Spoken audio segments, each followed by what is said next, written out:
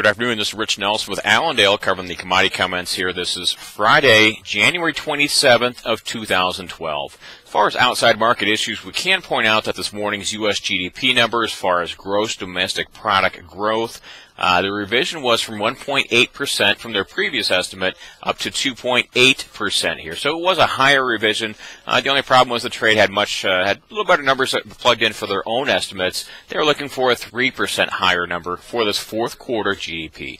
So we did have this revision higher, but it was a little less than expected here. So the trade took that as being a little negative as far as U.S. economy-based information here.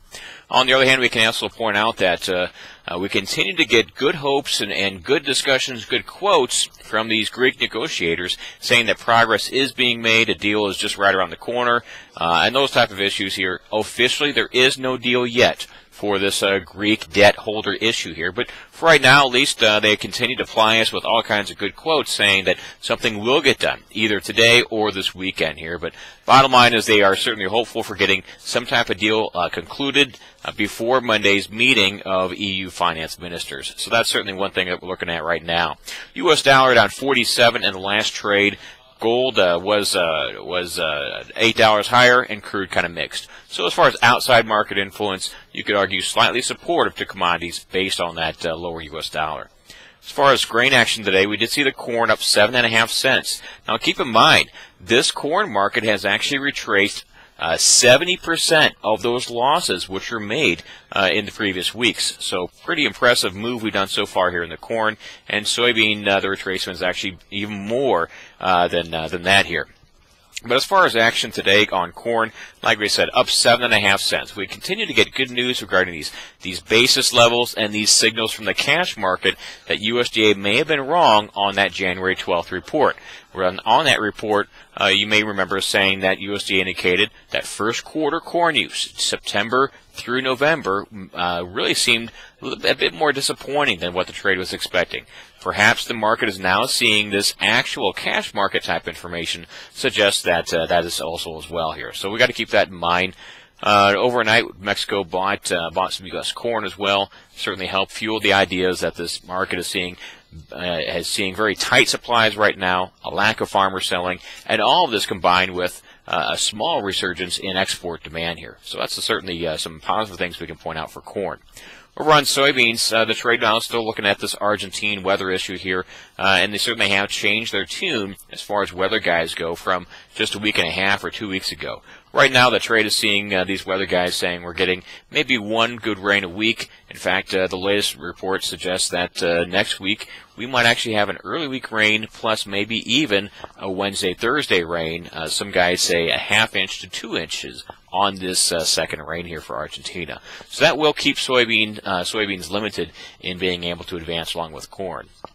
Over on the wheat, down 6.5 cents here for the wheat. Though we did get an unknown buyer who did pick up some U.S. wheat here today, the trade is a little more concerned about this little story about U.S. being excluded from this latest Iraq tender. Iraq is tendering for, right now officially, one cargo of wheat, 50,000 bushel or 50,000 tons. But the trade says, you know what, this is just one of those deals where they're showing a little bit, but they actually will buy a whole lot once that actually happens. And they're saying that that whole purchase could eventually be 400,000 tons to 500,000 tons. And the fact that U.S. is not even being invited to submit a tender for that is kind of a slap in the face and also disappointment here for our wheat prices. Livestock action for cattle traded up 15 cents here today on that February contract. We did see wholesale beef prices down a little bit for both choice and select. The biggest thing affecting this cattle market here is actually this afternoon's cattle inventory report. That'll be out at 2 o'clock here this afternoon, just a little bit ways from this time of this YouTube taping.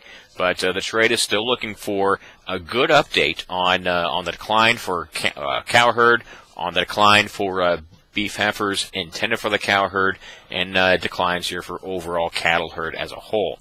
So this is really not generally a market-moving event for Monday morning. It's not one of those type of events. This is more of a big update on the long-term picture of the cattle herd as a whole. It looks like right now cattle feeders are holding off in terms of this week's cash cattle action, maybe until this report. The trade had expected to see some sales here by noon today, but those obviously have not been done. Latest bids 122 offers way up there at 128. So quite a bit of discrepancy to work out, and maybe we'll see some action develop, maybe even later here today. So we'll have to watch on that very closely. As far as the hogs, up 72 cents here. One thing I've got to point out is there's still this big discrepancy between the AM reports and the PM reports on cash hog prices. These are the reports that the trade knows very well from the government as well. The Iowa-Minnesota run suggested a $5.54 decline for the AM hogs this morning. That obviously is not going to happen. In recent reports, there's been a discrepancy of anywhere from $2 to $4 from the AM to the PM numbers here. So, bottom line, as far as the hog action today, we're still seeing cash hogs still push a little higher right now in the big picture, and we are seeing cash pork kind of troubled. So we'll have to see if the packers continue their plans of slaughter cutbacks into early next week. But overall, we've got a lot of things going on. Biggest thing for today and this week, of course, will be that cattle inventory report. Feel free to give Allendale a call once that comes out. Like I said, that's out at 2 o'clock here Central Time. And let's go over the numbers, see what the cow herd did, see what the beef heifer replacement rate did as well. And that may be something here to talk about for our longer-term plans, certainly for the second half 2012 picture.